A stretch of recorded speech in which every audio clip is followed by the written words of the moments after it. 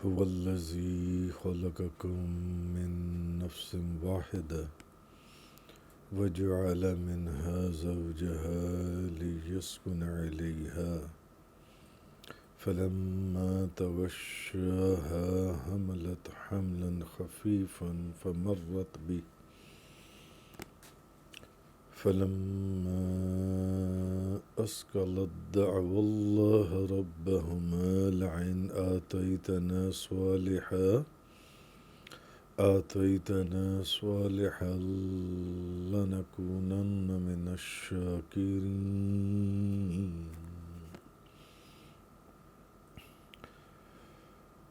آج سورۃ الاعراف کی آیت نمبر 189 سے بیان ہے. وہ اللہ ہی ہے جس نے تم کو ایک جان سے پیدا کیا،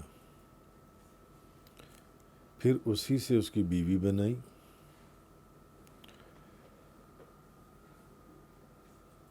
لیسکن الیہا تاکہ وہ اس سے سکون حاصل کرے. پھر مرد نے جب اسے ڈھانپ لیا تو اسے خفیف سا حمل ہو گیا. وہ اس کے ساتھ چل پھر رہی تھی. پھر جب وہ بوجھل ہو گئی تو دونوں نے اللہ سے دعا کی جو ان کا پروردگار ہے کہ اگر تو نے ہمیں صحیح اور سالم بیٹا عطا فرمایا تو ہم ضرور شکر گزاروں میں سے ہو جائیں گے. دونوں نے دعا کی کہ اپنے پروردگار سے کہ اگر تو نے ہمیں صحیح سالم بیٹا عطا فرمایا تو ہم شکر گزاروں میں سے ہو جائیں گے. فَلَمَّا آتَاهُمَا صَالِحًا جَعَلَ لَهُ شُرَكَاءَ فِيمَا آتَاهُمَا فَتَعَالَى اللَّهُ عَمَّا يُشْرِكُونَ. بس جب اللہ نے انہیں صحیح سالم بیٹا دے دیا تو انہوں نے اس کی عطا میں اس کے شریک ٹھہرا لیے. سو اللہ اس سے بلند ہے جس میں وہ شرک کرتے ہیں. تو پہلے تو انہوں نے دعا کی جو ان کا پروردگار ہے اس کی بارگاہ میں کہ اگر تو نے ہمیں صحیح سالم بیٹا دیا تو ہم ضرور شکر گزاروں میں سے ہو جائیں گے. لَنَكُونَنَّ مِنَ الشَّاكِرِينَ. فَلَمَّا آتَاهُمَا صَالِحًا پس جب اللہ نے انہیں صحیح سالم بیٹا دے دیا تو انہوں نے اس کی عطا میں اس کے شریک بنا لیے، اب شریک ٹھہرا لیے. سو اللہ اس سے بلند ہے جس میں وہ شرک کرتے ہیں. میں اس میں آپ کو ایک حدیث ایک روایت سنانا چاہوں گا. ترمذی شریف کی روایت ہے. حضرت سمرہ بن جندب رضی اللہ تعالیٰ عنہ بیان کرتے ہیں کہ نبی پاک صلی اللہ علیہ وسلم نے فرمایا جب حوا حاملہ ہو گئیں تو ان کے پاس ابلیس آ گیا. اب بی بی حوا کا کوئی بچہ زندہ نہیں رہتا تھا. ابھی بھی آپ نے دیکھا ہوگا بعض عورتوں کے بچے زندہ نہیں رہتے، کسی کو کوئی مرض ہوتا ہے، کسی کو کوئی مرض ہوتا ہے. اچھا، بی بی حوا کا کوئی بچہ زندہ نہیں رہتا تھا تو ابلیس نے بی بی حوا سے کہا کہ تم اس کا نام عبد الحارث رکھ دو. ابلیس نے تو انہوں نے اس کا نام عبد الحارث رکھ دیا. پھر وہ بچہ زندہ رہا. پہلے تو کوئی بچے زندہ نہیں بچتے تھے، تو ابلیس کے کہنے پر جب انہوں نے اس کا نام عبد الحارث رکھ دیا تو اب وہ بچہ زندہ رہا. تو نبی کریم صلی اللہ علیہ وسلم نے فرمایا کہ یہ کام شیطان کے وسوسے سے تھا. یہ کام شیطان کے وسوسے تھا. اور امام عبد الرزاق نے قتادہ سے نقل کیا کہ انہوں نے نام رکھنے میں شرک کیا تھا، عبادت میں شرک نہیں کیا تھا. وہ یہ فرماتے ہیں کہ نام رکھنے میں انہوں نے شرک کیا تھا، عبادت میں جو ان سے وہ شرک نہیں کیا تھا. لیکن اس طرح کی جو روایات ہیں محققین علماء کرام کے نزدیک وہ فرماتے ہیں کہ یہ روایت مردود ہے کہ حضرت آدم اور حوا نے شیطان کے بہکانے سے اپنے بیٹے کا نام عبد الحارث رکھ دیا. محققین علماء کرام جو ہیں وہ یہ فرماتے ہیں کہ یہ روایتی مردود ہے. وہ کہتے ہیں کہ ایسا نہیں ہے کہ آدم اور حوا علیہ السلام نے، حضرت آدم علیہ السلام نے اور بی بی حوا نے شیطان کے بہکانے سے نام جن سے اس کا عبد الحارث رکھا تھا. حالانکہ حارث جو ہے یہ شیطان کا نام تھا. حارث شیطان کا نام تھا. فرشتوں کے اندر وہ حارث کے نام سے پہچانا جاتا تھا، حارث کے نام سے پکارا جاتا تھا. تو امام رازی نے بھی اس کی تردید کی ہے جو سی ہے. تو بہرحال محققین علماء کرام کے نزدیک یہ روایتی مردود ہے کہ حضرت آدم اور حوا نے شیطان کے بہکانے سے اپنے بیٹے کا نام عبد الحارث رکھا تھا جو ان سے. بہرحال آگے اب پھر سوال یہ پیدا ہوتا ہے جو میں نے آپ کو ان دونوں آیات کے اندر سٹریس کر کے ایک ترجمہ دوبارہ ریپیٹ کیا، وہ یہ کہ قرآن کے اندر ہے کہ دونوں نے اللہ سے دعا کی. ایک آیت میں ہے کہ دونوں نے اللہ سے دعا کی، اور اگلی آیت میں ہے کہ جب اللہ نے انہیں صحیح سالم بیٹا عطا فرما دیا تو اب ان دونوں نے اس کی عطا میں شریک ٹھہرا لیے. اب یہ دعا کرنے والا کون تھا اور شریک ٹھہرانے والے کون تھے؟ اگر دعا کرنے والے حضرت آدم علیہ السلام اور بی بی حوا تھیں تو یہ کیسے ممکن ہے کہ وہ خدا کے ساتھ کسی اور کو شریک ٹھہرائیں گے؟ ایسا کیسے ہو سکتا ہے؟ تو اصل میں یہ جو آیات ہیں ان کے اندر اللہ تعالیٰ نے مشرکین کی جہالت اور مشرکوں کی شرک ان کا بیان کیا کہ وہ تو اللہ ہی ہے جس نے تم میں سے ہر شخص کو پیدا کیا.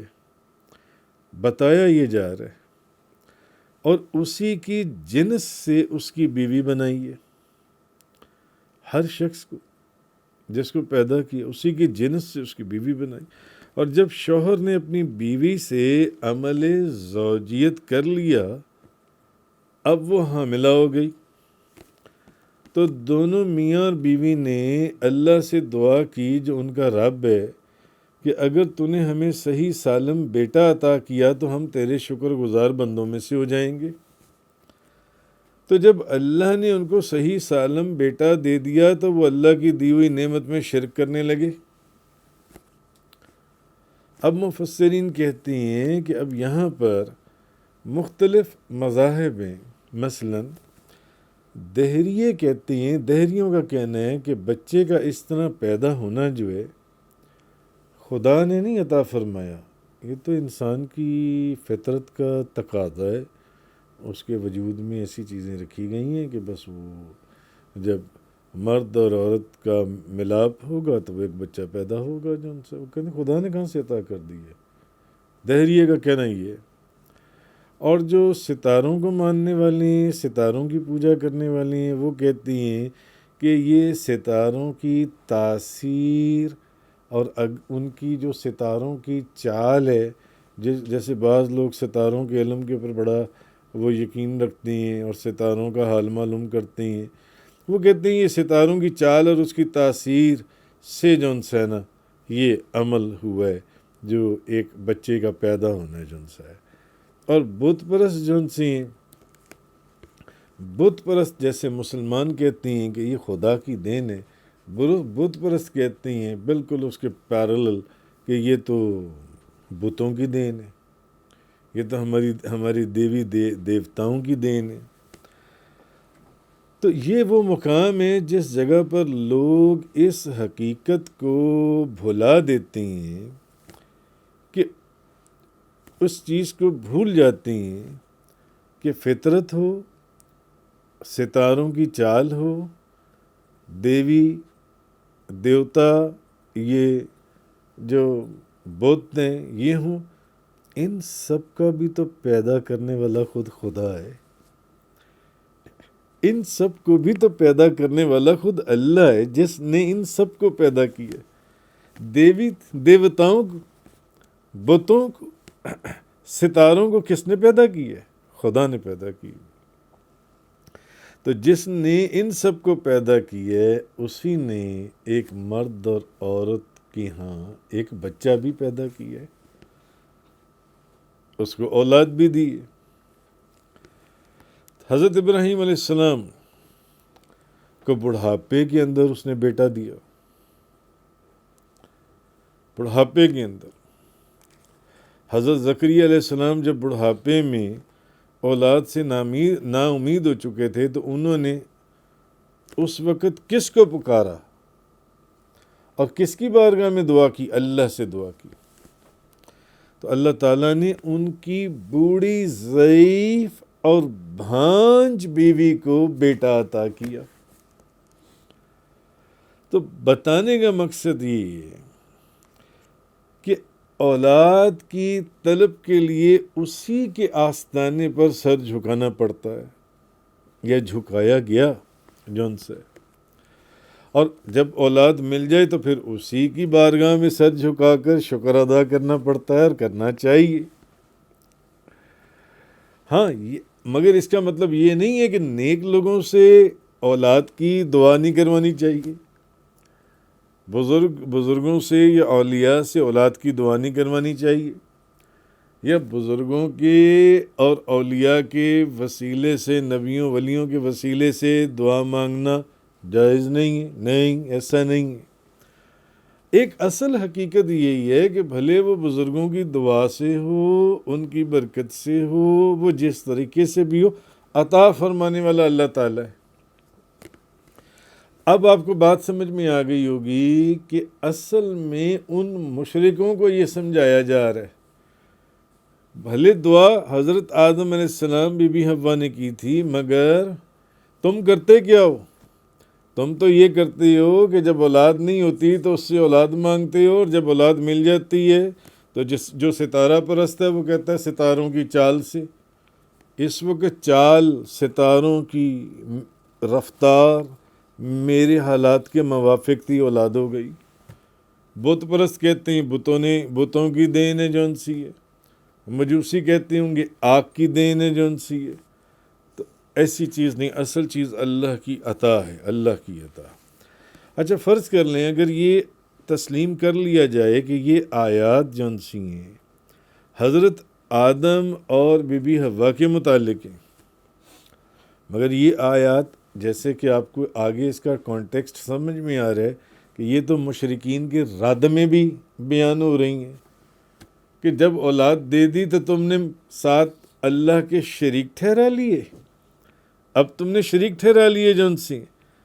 تو اس کو آپ سالو کیسے کریں گے، اس اشکال کو جون سے. اصل میں مطلب یہ ہے کہ جب اللہ تعالیٰ نے حضرت آدم اور حوا کی دعا کے موافق ان کو صحیح سالم بیٹا عطا فرما دیا، تو اللہ تعالیٰ اب یہ دوسری ڈائریکشن ہے کہ مشرکین کو مخاطب کر کے کہہ رہے ہیں کہ جب حضرت آدم اور بی بی حوا کو اللہ نے ان کی دعا کے مطابق بیٹا عطا فرما دیا، تو مشرکوں کو یہ کہا جا رہا ہے کیا انہوں نے کوئی خدا کے کوئی شریک ٹھہرا لیے تھے، جیسے تم لوگ خدا کے شریک ٹھہراتے ہو. اب بات سمجھ میں آئی آپ کو اس آیت کا جون سی اصل جو ٹرانسلیشن یا انٹرپریٹیشن ہے. تو اللہ اس چیز سے بلند ہے جس میں یہ مشرک اللہ کے لیے شریک بناتے ہیں. اور بعض تفسیروں کے اندر ان آیتوں میں نام رکھنے میں شرک کی مذمت فرمائی گئی ہے۔ ایک تو شرک ہے کہ آپ خدا کے ساتھ کسی اور کو شریک کر لیں، اور ایک شرک یہ بھی ہے کہ آپ نام رکھنے کے اندر خدا کے ساتھ دوسرے شریک ٹھہرا لیں جو ان سے، یعنی عبد الحارث، عبد العزا، عبد اللات وغیرہ نام رکھنا، یعنی بتوں کے نام کے اوپر کہ یہ تو حارث کا بندہ ہے، یہ تو عزا کا بندہ ہے، یہ تو لات کا بندہ ہے، یہ تو حبل کا بندہ ہے۔ تو اصل میں اس کے اندر نام رکھنے کے اندر جو ایک شرک ہے اس کی بھی مذمت فرمائی گئی ہے۔ لہٰذا بجائے ایسے نام رکھے جائیں کہ یہ فلانے بت کا بندہ ہے، یہ فلانے بت کا بندہ ہے، یہ فلانے بت کا بندہ ہے، یا عبد الحارث حارث کا بندہ ہے جن سے، اب جیسے کہ روایات میں آیا کہ حارث شیطان کا نام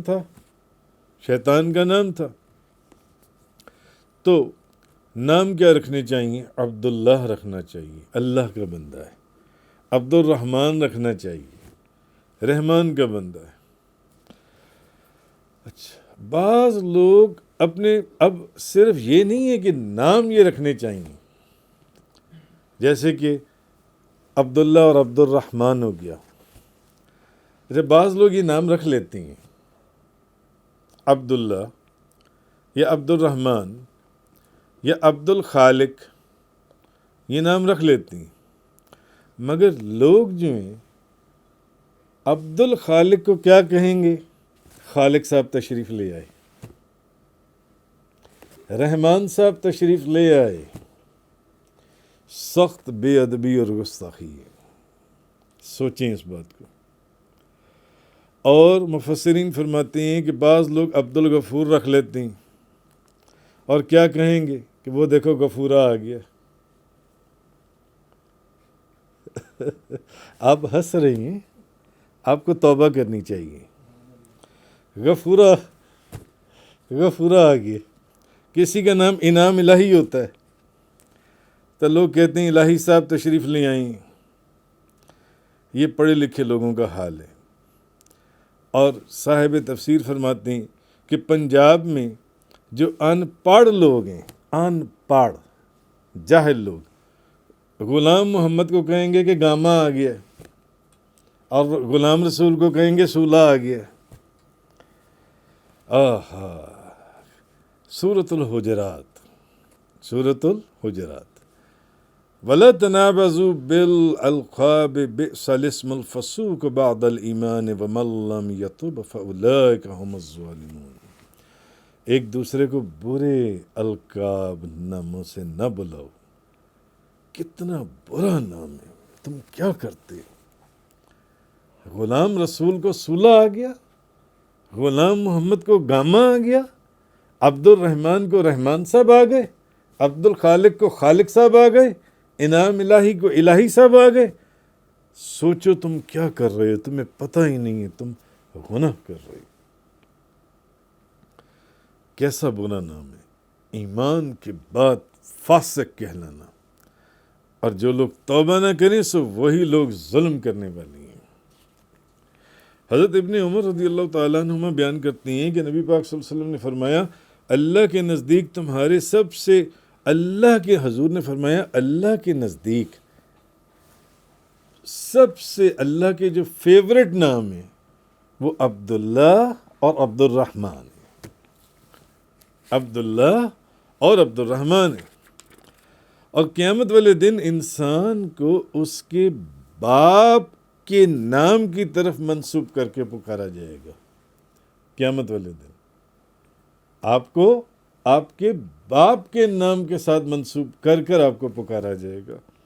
حضرت ابو درداء بیان کرتے ہیں کہ اللہ کے رسول نے فرمایا، بے شک تم قیامت کے دن اپنے ناموں سے اور اپنے باپوں کے ناموں سے پکارے جاؤ گے تو اچھے نام رکھو، اچھے نام رکھو، ایسے نہ رکھو۔ اس لیے بعض لوگ اچھے نام جن سے ہیں وہ رکھتے ہیں۔ حدیث میں آپ دیکھیے امام فراوی اپنی سند کے ساتھ مرفوعاً روایت کرتی ہیں کہ جب قیامت کا دن ہوگا تو ایک منادی ندا کرے گا، اے محمد کھڑے ہوں. ندا کی جائے گی، اے محمد کھڑے ہوں، اور جنت میں بغیر حساب اور کتاب کے داخل ہو جائیں. تو ہر وہ شخص جس کا نام محمد ہوگا وہ یہ گمان کرے گا کہ یہ اس کو کہا گیا ہے. جس شخص کا بھی نام محمد ہوگا وہ یہ سمجھے گا کہ یہ ندا میرے لیے کی گئی ہے. مگر یہ نام محمد کی بزرگی اور کرامت ہے کہ ان کو منع نہیں کیا جائے گا. وہ جتنی مخلوق کھڑی ہوگی سب کو کہا جائے گا جاؤ اندر داخل ہو جاؤ. فقط اپنے محبوب کے نام، یہ ان کے نام کی کرامت. ابھی یہ کہتے ہیں کہ حضور کے وجود میں نفع رسانی کیا ہے، اور جن کے نام کی نفع رسانی کا یہ عالم ہے، ان کے وجود اور ان کی ذات کی نفع رسانی کا کیا عالم ہوگا، کوئی سوچ بھی نہیں سکتا. حضرت ابو امامہ بیان کرتے ہیں کہ اللہ کے رسول نے فرمایا، جس کے ہاں بچہ پیدا ہو اور اس نے میری محبت کی وجہ سے اور میرے نام سے برکت حاصل کرنے کی وجہ سے، میری محبت میں اور میرے نام کی برکت حاصل کرنے کی وجہ سے اپنے بیٹے کا نام، اپنے بچے کا نام محمد رکھا، تو وہ شخص اور وہ اس کا بچہ جس کا نام اس نے محمد رکھا ہے، وہ دونوں جنت میں ہوں گے. وہ دونوں جنت میں ہوں گے. اس لیے حضرت عبداللہ بن عمر رضی اللہ تعالیٰ عنہ بیان کرتے ہیں کہ اللہ کے رسول نے فرمایا، جس شخص کے 3 بیٹے ہوں، جس بندے کے یعنی کم از کم 3 بیٹے ہوں، اور وہ کسی ایک کا نام بھی محمد نہ رکھے، تو یہ بے وفائی کے کاموں میں سے ہے. یعنی وہ بے وفا ہے، اس نے بے وفائی کی. اس کے 3 بیٹے، اس نے ایک کا نام بھی محمد نہ رکھا. اور جب تم اس کا نام محمد رکھو تو نہ اس کو برا کہو، نہ گالی دو، نہ اس پر سختی کرو، نہ اس کو ناک چڑھاؤ، اور نہ اس کو مارو، اور اس کی قدر و منزلت اور تعظیم و تکریم کرو، اور اگر وہ کوئی قسم کھائے تو اس کو پوری کرو. نبی کریم صلی اللہ. اور ایک حدیث میں حضرت ابن عباس رضی اللہ تعالیٰ عنہما بیان کرتے ہیں کہ جاہل ہے وہ شخص جس بندے کے، جاہل ہے وہ شخص جس بندے کے 3 بیٹے ہوں اور وہ کسی ایک بچے کا نام بھی محمد نہ رکھے، ایک بچے کا بھی نام محمد نہ رکھے. یہ روایت حضرت ابن عباس رضی اللہ تعالیٰ عنہما بیان کرتی ہیں. تو محمد اور احمد نام اللہ تعالیٰ کو تمام ناموں میں سب سے زیادہ محبوب ہیں. محمد اور احمد، یہ 2 نام اللہ کو تمام ناموں میں سب سے زیادہ محبوب ہے، کیونکہ اللہ تعالیٰ نے اپنے نبی کا نام وہی رکھا جو اس کو سب سے زیادہ محبوب تھا، جو اس کو سب سے زیادہ محبوب تھا. تو حدیث میں کہ جس کے ہاں بچہ پیدا ہوا اور اس نے اپنے بیٹے کا نام یا تو احمد رکھا یا محمد رکھا، حضور نے فرمایا جس کے ہاں بیٹا پیدا ہوا اس نے اپنے بیٹے کا نام یا تو احمد رکھا، محمد رکھا، یا اس نے احمد رکھا، تو وہ شخص اور اس کا بچہ دونوں جنت میں داخل ہوں گے. دونوں جنت میں داخل ہوں گے. خیر، آگے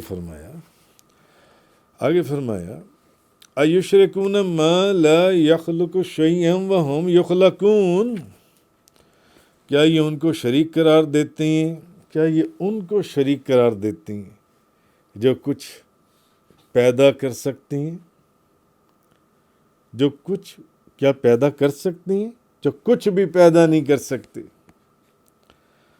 اور وہ خود پیدا کیے گئے ہیں، یہ ان کو شریک قرار دیتی ہیں. وَلَا يَسْتَطِيعُونَ لَهُمْ نَصْرًا وَلَا أَنفُسَهُمْ يَنصُرُونَ، اور وہ ان مشرکین کے لیے کسی مدد کی طاقت نہیں رکھتے اور نہ خود اپنی مدد کر سکتے ہیں. اور جو اپنی مدد خود نہیں کر سکتے، بتوں کی بات ہو رہی ہے، وہ تمہاری مدد کہاں سے کریں گے؟ تمہاری مدد کہاں سے، ان مشرکین کی مدد کر سکتے ہیں؟ نہیں. وَإِن تَدْعُوهُمْ إِلَى الْهُدَى لَا يَتَّبِعُوكُمْ سَوَاءٌ عَلَيْكُمْ أَدْعَوْتُمُوهُمْ أَمْ أَنْتُمْ صَامِتُونَ۔ اور اے مشرکو، اگر تم ان بتوں کو ہدایت کے حصول کے لیے پکارو تو وہ تمہارے پیچھے نہیں آ سکتے۔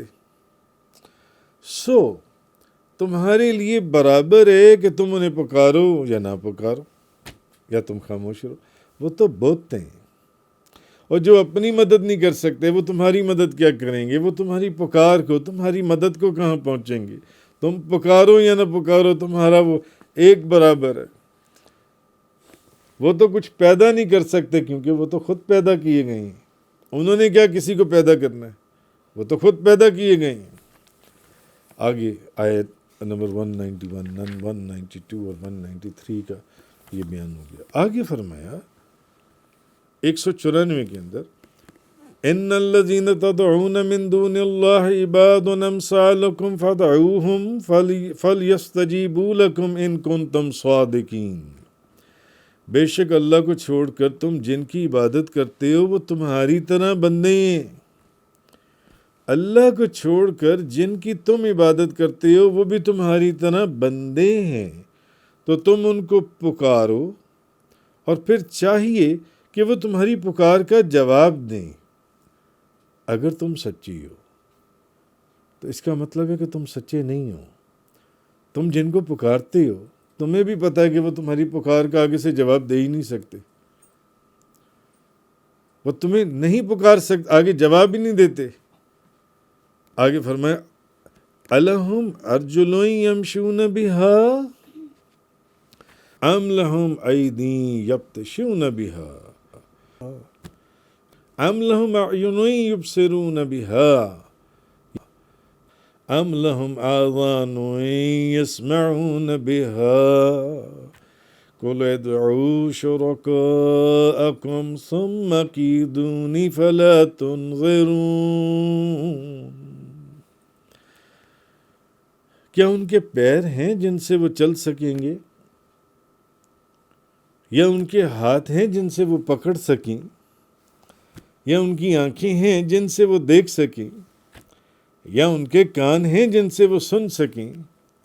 تو آپ کہیے کہ تم اپنے شرکاء کو بلاؤ اور پھر اپنی تدبیر مجھ پر آزماؤ، اور اس کے بعد مجھے بالکل مہلت مت دو۔ اب کہنے کا مقصد یہ ہے یہاں پر اس آیت پر، یہاں کوئی اعتراض بندہ یہ کر سکتا ہے کہ یہ بت تو بے جان پتھر ہیں، تو اللہ تعالیٰ نے فرمایا کہ وہ تمہاری طرح بندے ہیں۔ ایک طرف تو وہ کہہ رہا ہے کہ وہ بے جان پتھر ہیں، اور اب یہ کہہ رہا ہے اس آیت کے اندر کہ وہ جو بت ہیں وہ تمہاری طرح بندے ہیں۔ تو پہلی آیت میں یہ بتایا کہ جن بتوں کی تم عبادت کرتے ہو وہ تو بے جان پتھر ہیں، جن کی حواس ہیں اور نہ وہ حرکت کر سکتے ہیں۔ اور اگر فرض کر لو کہ وہ حواس رکھتے بھی ہوں، عقل رکھتے بھی ہوں اور حرکت کر بھی سکتے ہوں، تب بھی وہ زیادہ سے زیادہ تمہاری طرح بندے ہیں، ان کو تم پر کوئی فضیلت نہیں ہے، تو تم ان کو اپنا رب، اپنا معبود اور اپنا خالق کیسے بنا سکتے ہو؟ کیا تم آپس میں ایک دوسرے کو اپنا رب اور معبود اور خالق بنا لیتے ہو؟ تو اصل چیز اللہ تبارک و تعالیٰ نے اس آیہ کریمہ کے اندر یہ فرمائی، الہم ارجل یمشون بہا، کیا ان کے پیر ہیں جن سے وہ چل سکیں؟ ام لہم ایدی یبطشون بہا، یا ان کے ہاتھ ہیں جن سے وہ پکڑ سکیں؟ ام لہم اعین یبصرون بہا، یا ان کی آنکھیں جن سے وہ دیکھ سکیں؟ ام لہم آذان یسمعون بہا، یا ان کے کان ہیں جن سے وہ سن سکیں؟ قل ادعوا شرکاءکم ثم کیدون فلا تنظرون۔ تو آپ کہیے کہ تم اپنے شرکاء کو بلاؤ اور پھر اپنی تدبیر مجھ پر آزماؤ، اور اس کے بعد مجھے بالکل مہلت مت دو۔ تفسیر قرآن کا یہ لیکچر انگلش میں سننے کے لیے براہ کرم ڈسکرپشن میں موجود لنک پر کلک کریں۔